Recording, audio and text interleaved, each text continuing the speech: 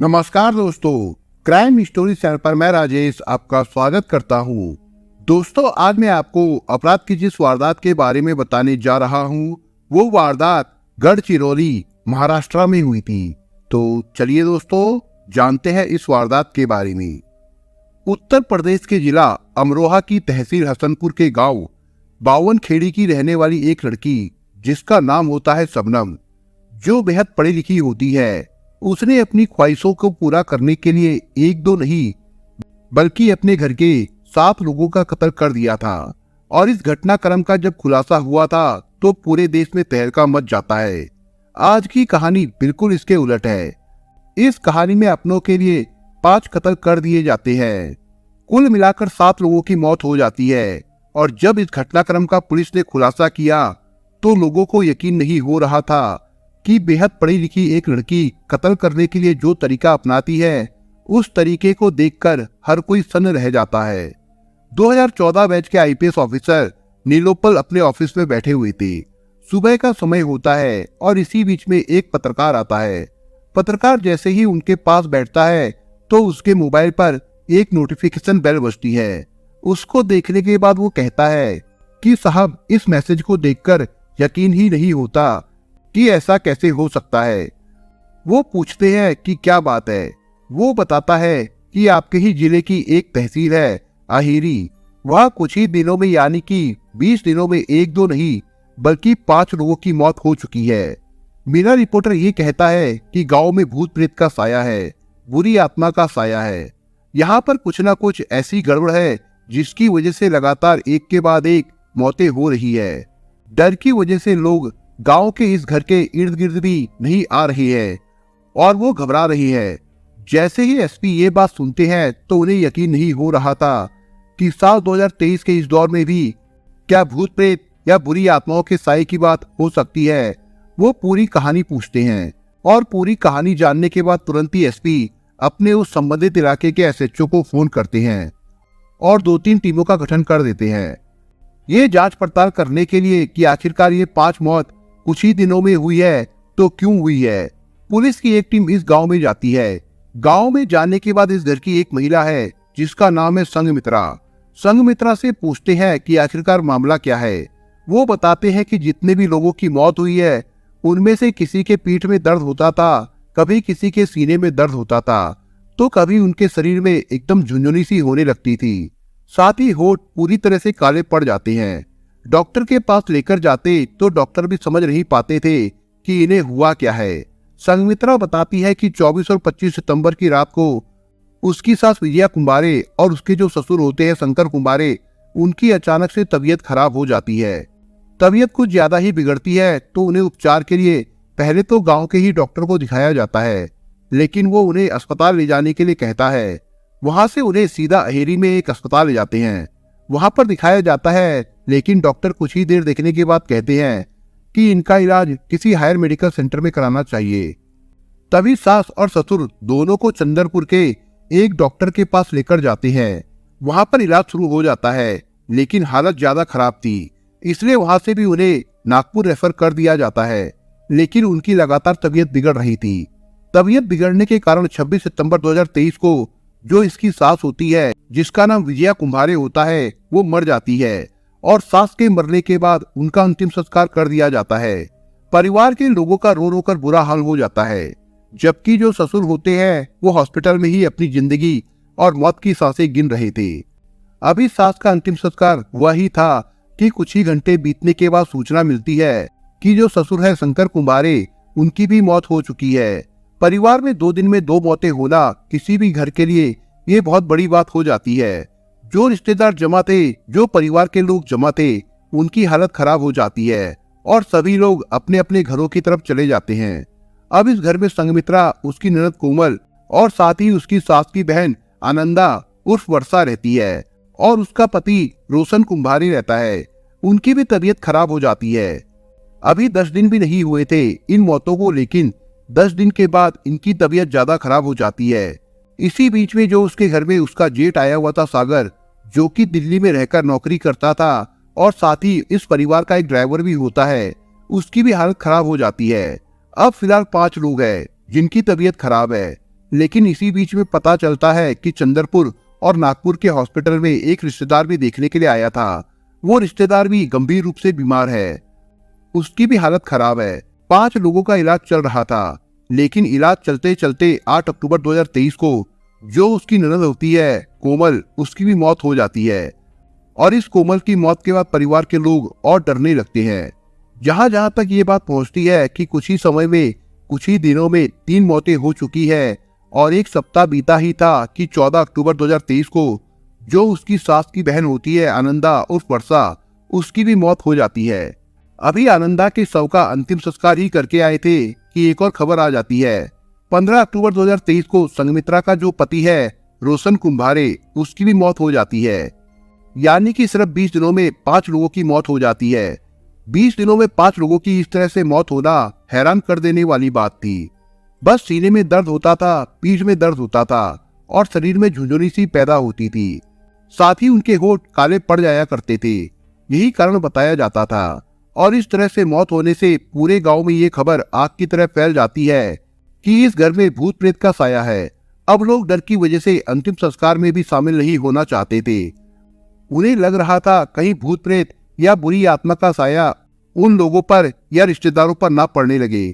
इसलिए रोशन की जो सबसे बाद में मौत होती है, यानी कि संगमित्रा के पति की, तो उसके अंतिम संस्कार में बहुत ही कम लोग शामिल होते हैं। एसपी भी मौके पर होते हैं।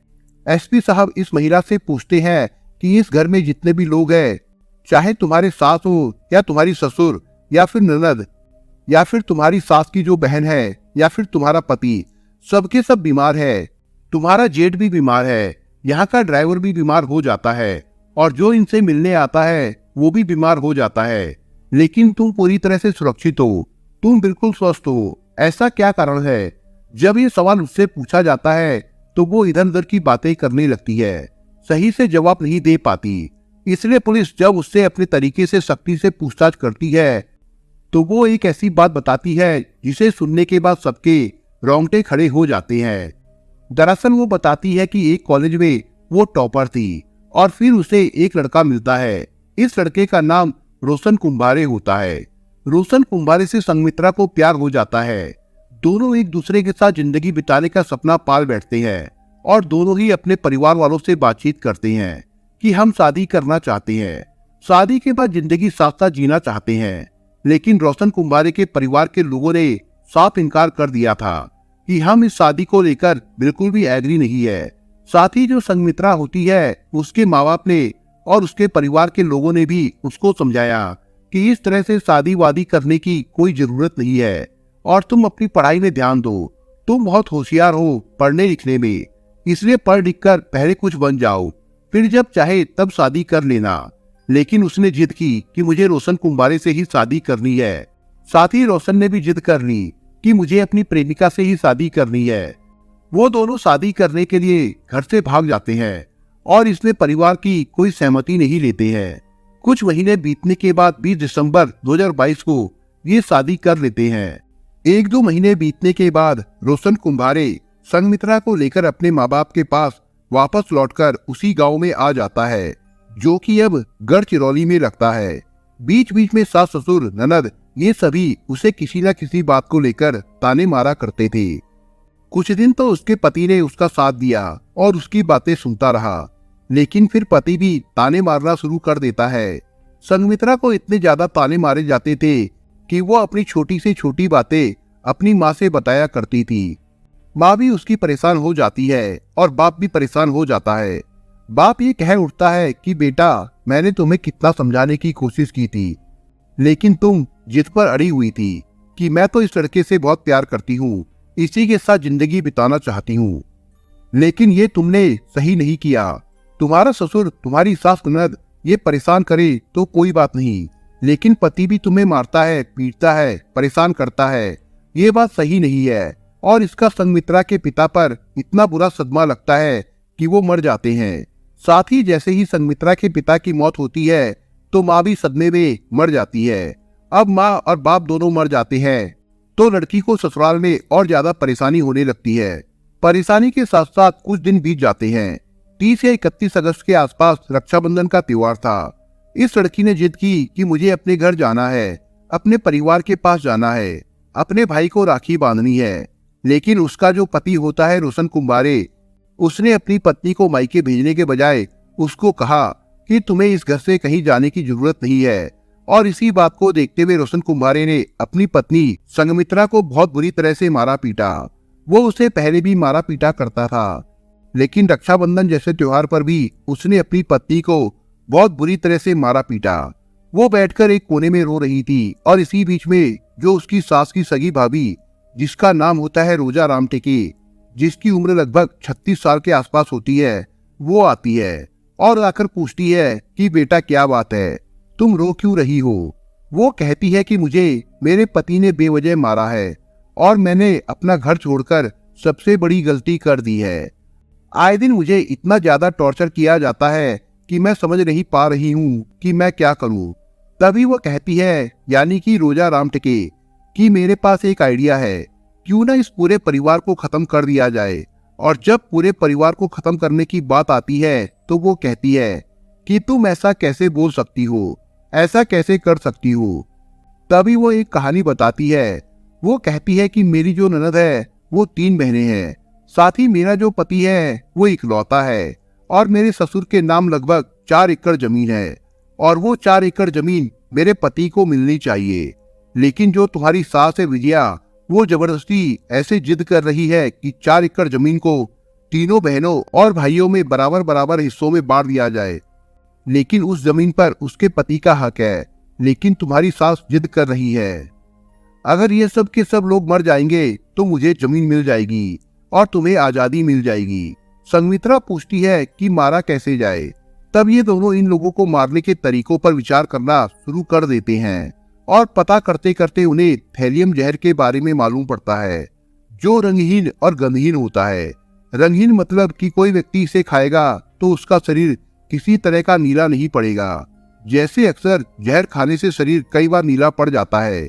गंधहीन का मतलब होता है कि उसे खाते समय किसी भी तरह की कोई गंध नहीं आएगी और पोस्टमार्टम रिपोर्ट से भी ये पता नहीं चल पाएगा कि आखिरकार किसी ने थैलियम खाया है। और तभी संगमित्रा ने प्लान बनाया कि सबसे पहले सास और ससुर का नंबर आना चाहिए और फिर सास ससुर के खाने में, उनके पानी में वो थैलियम जहर मिलाकर थोड़ी सी मात्रा हमेशा दे दिया करती थी। और एक दिन उसने मात्रा थोड़ी सी बढ़ा दी, यानी कि 24-25 सितंबर को जब ये मात्रा ज्यादा बढ़ जाती है तो उनकी हालत ज्यादा खराब हो जाती है और 26 सितंबर को सास की मौत हो जाती है और 27 सितंबर को उसके ससुर की मौत हो जाती है। और अभी 8 या 10 दिन ही बीते थे कि घर में जो उसका पति था वो उसको भी मारना चाहती थी, क्योंकि उससे रोजा को फायदा हो जाता, क्योंकि 2 बहनें अगर मर जाएंगी तो उनके हिस्से की जमीन उसके हाथ में आ जाएगी। साथ ही इस घर में जो उसकी ननद होती है उसको भी मारना चाहती थी। इसलिए संगमित्रा घर में जिन लोगों को भी खाना पानी देती थी उसमें लगातार वो ऐसे ही थैलियम जहर मिला दिया करती थी और धीरे धीरे करके इन लोगों की भी तबीयत खराब होनी शुरू हो जाती है। जब इसके सास ससुर बीमार थे, उन्हें देखने के लिए हॉस्पिटल में एक रिश्तेदार भी आया था। उस रिश्तेदार को जो पानी दिया गया था वो सास ससुर के लिए था, लेकिन गलती से वो रिश्तेदार पानी पी जाता है, इसलिए उसकी तबीयत खराब हो जाती है। और जब इनकी मौत के बाद जेठ, जो कि दिल्ली में रहता है, सागर, वो आता है तो उसकी भी तबीयत खराब हो जाती है। उसका पति गाड़ी में अक्सर पानी रखता था, इसलिए इस पानी के अंदर भी वो उसी थैलियम जहर को डाल दिया करती थी। उस पानी को उसका ड्राइवर भी पीता था, जिस वजह से वो ड्राइवर भी लगातार बीमार हो रहा था। और साथ ही 5 लोगों की इस पूरे घटनाक्रम में मौत हो जाती है। और इस घटनाक्रम की वजह लोग समझ रहे थे कि किसी भूत प्रेत, किसी आत्मा का साया है, जबकि बहू ने अपने ही माँ बाप की मौत का बदला लेने के लिए अपने ससुराल के 5 लोगों को मौत की नींद सुला दिया था, जबकि 3 लोगों की हालत ज्यादा बिगड़ी हुई थी। इसलिए एसपी जो होते हैं निलोत्पल, वो तीनों से मिलने के लिए अस्पताल जाते हैं, डॉक्टर से बातचीत करते हैं, कहते हैं कि इनकी हालत कैसी है। वो बताते हैं कि इन्होंने जो इस जहर की मात्रा ली है वो कम है, इसलिए थोड़े समय के बाद ये बिल्कुल पूरी तरह से स्वस्थ हो जाएंगे, लेकिन थोड़ी बहुत परेशानियां हो सकती है, लेकिन ये मरेंगे नहीं। इसलिए तीनों की जान खतरे से बाहर है। बाकी 5 लोगों की मौत हो चुकी है। पुलिस ने जब इस घटनाक्रम का खुलासा किया तो लोगों को यकीन नहीं हो रहा था। इस कहानी के बाद लोगों को शबनम की कहानी भी याद आती है।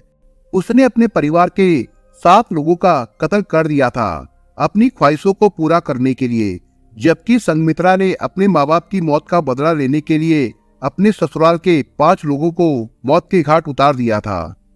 दोस्तों, आप अगर चैनल पर नए हो तो आप चैनल को सब्सक्राइब करने के साथ कमेंट बॉक्स में इस कहानी के बारे में अपने विचार जरूर लिखिएगा। मिलता हूं एक नई कहानी के साथ, तब तक के लिए अपना ख्याल रखिएगा। धन्यवाद।